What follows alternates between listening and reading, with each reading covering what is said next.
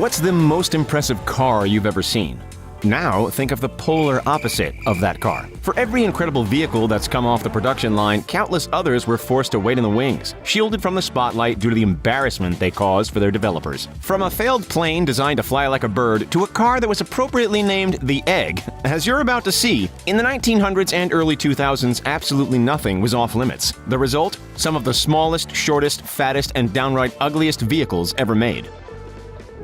Speaking of wrong, allow us to direct your attention to the epic failure that was the Fisher P-75 Eagle. With a name that paid homage to the symbolic American bald eagle, expectations for this little flyer were high. Too high, apparently, and higher than the plane could actually reach. The Fisher Body division of General Motors developed the Eagle to fill an urgent need for an interceptor fighter early in World War II. Perhaps they should have sat down and planned it out a little better because the idea proved far too simplistic and problematic. The concept seemed flawless at first. Take the most powerful engine available and throw in parts from other planes around it. Despite the intention to combine the best elements of a number of preceding aircraft, it turned out to be a combination of the worst. The pieces didn't fit together as expected, requiring extra adjustments to be made, which only increased expenditure. The engine didn't even have the horsepower necessary to get the plane flying for any sustainable time or distance. At the end of the day, there were just far too many teething problems. The total development program of 14 Eagles set the U.S. Air Force back a whopping $50 million.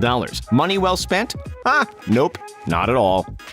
Alright, so the Eagle may have been an operational failure, but at least it wasn't a major eyesore. This poor excuse for a car was, though. If you can stomach it, take a look at the 1942 Oeuf électrique. And yes, that is French for electric egg. Before Elon Musk came along and made electric vehicles cool again, this three-wheeled car, if you can call it that, was the poster boy for battery-powered drivetrains. Designed by Parisian Paul Arzens, the bubble-style transporter is made from hand-formed aluminum and curved plexiglass. Even though it was one of the first vehicles in history to use plexiglass as a core material, it certainly wasn't the most aesthetic. As you can see, seatbelts weren't exactly a thing back then either. Looks aside though, with a 60-mile range and a 37-mile-per-hour top speed, the Egg wasn't actually a terrible urban vehicle. Would you get behind the wheel of one knowing that everybody you drove past could see you clear as crystal? What's the deal with oddball designers naming their inventions after food? Ladies and gents, as we crank our necks back up towards the skies, take a gander at the Flying Dorito. Okay, that's not its official name, but it's not hard to see why it's caught on. On U.S. Navy records, this is the A-12 Avenger II. Aiming to replace the aging fleet of A-6 intruders by the mid-1990s, the Avenger featured a flying wing design that drastically reduced its radar and infrared signature. In other words, it was extra stealthy, and would have been far extremely successful in sneaking through enemy airspace compared to its predecessors. Despite an exciting timeline and a revolutionary design, the plane never got off the ground. In hindsight, that was probably a positive, because it could have sunk nearly all of the Navy's budget at the time. The prototype plane weighed 30% more than the design specs suggested. Therefore, it couldn't reside on the designated giant carrier ships, so it was back to the drawing board. After errors on top of redesigns on top of embarrassment, Dick Cheney, Secretary of Defense at the time, decided to pull the plug on the whole project in 1991, shifting attention to more versatile aircraft like the F-18 Super Hornet and the F-14 Tomcat.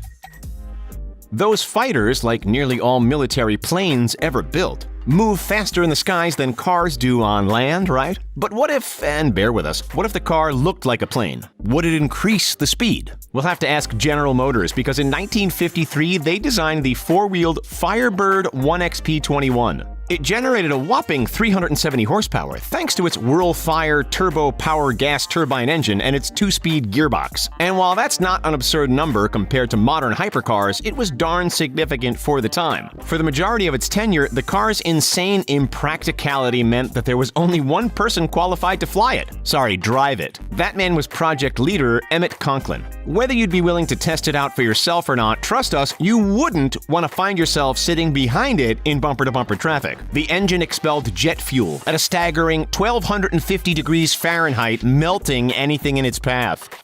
For as long as man has walked on the ground, we've been determined to find any way possible to launch off of it and up into the air. Planes, helicopters, sure, but what about personal hovercrafts? No, not the ones that glide along the water, and not those too cool for school hoverboards. We're talking personal flying machines, like the Hiller VZ1. This invention had endless potential to be magnificent. We could have been living the life of the Jetsons decades ago, had it actually worked. On paper, it was amazing. It could reach 16 miles an hour and was steered by the pilot shifting their weight. Much like modern-day drones, it generated lift by powering a fan. But as soon as the Hiller VZ1 came off the paper and actually took flight, everything fell apart. It was near uncontrollable in the air, welcoming far too many dangers, with the project eventually being scrapped in the late 1950s. You'd have been better off taking a ride on Genie's magic carpet.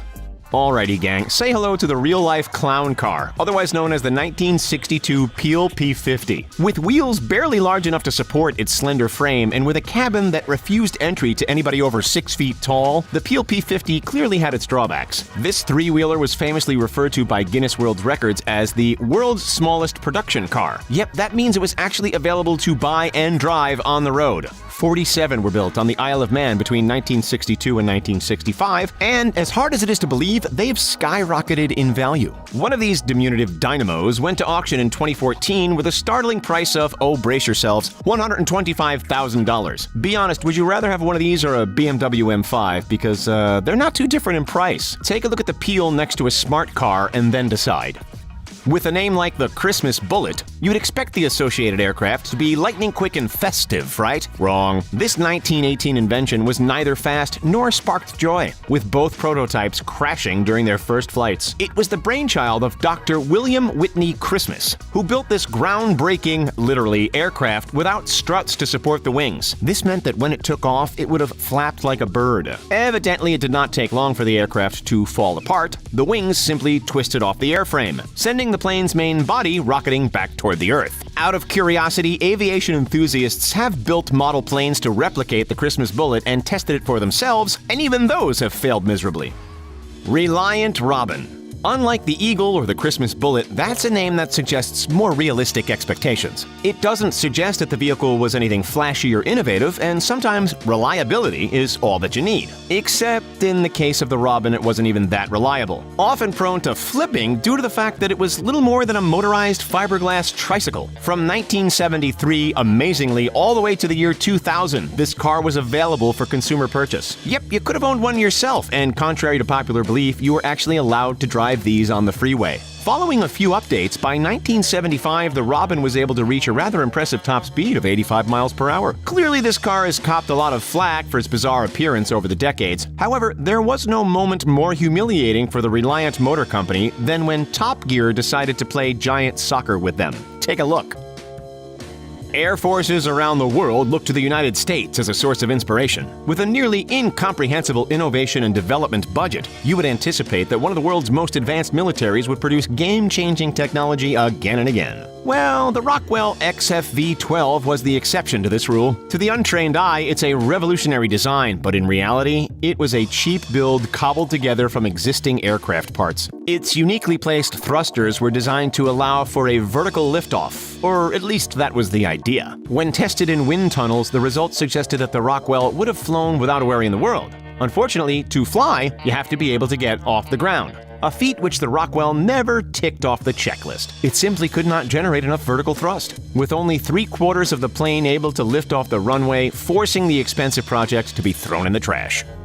Okie dokie, this is the Fiat Multipla. It's bad, right? But it's not that bad. Honestly, compared to its cousin, the Fiat 600 Multipla Marinella, it looks like Cinderella at the ball. Made by Italian coach builder Fassore in conjunction with Fiat, this Multipla Marinella 1958 model takes a minivan and smooshes it with an auto rickshaw and an amusement park transit wagon. Seriously, what is this thing? In fact, pretty much every model in the Fiat 600 range had question marks all over it. The 600 Multipla didn't know its rear from its front, The 1966 Multipla Taxi had doors in all the wrong places, and the Fiat 600 Jolly wouldn't have lasted 5 minutes in the rain. Despite the divisive resume and highly questionable layouts, over 4,900,000 units of the Fiat 600 were sold worldwide, over half of which were in Italy. Back in the 50s and 60s, the most common model went for 6,700 euros, or about $7,500 US. If you have a burning desire to cruise along the Italian Riviera tomorrow, wind in your hair, then you might have to increase the budget. Don't believe us? A genuine 1960 Fiat Jolly 600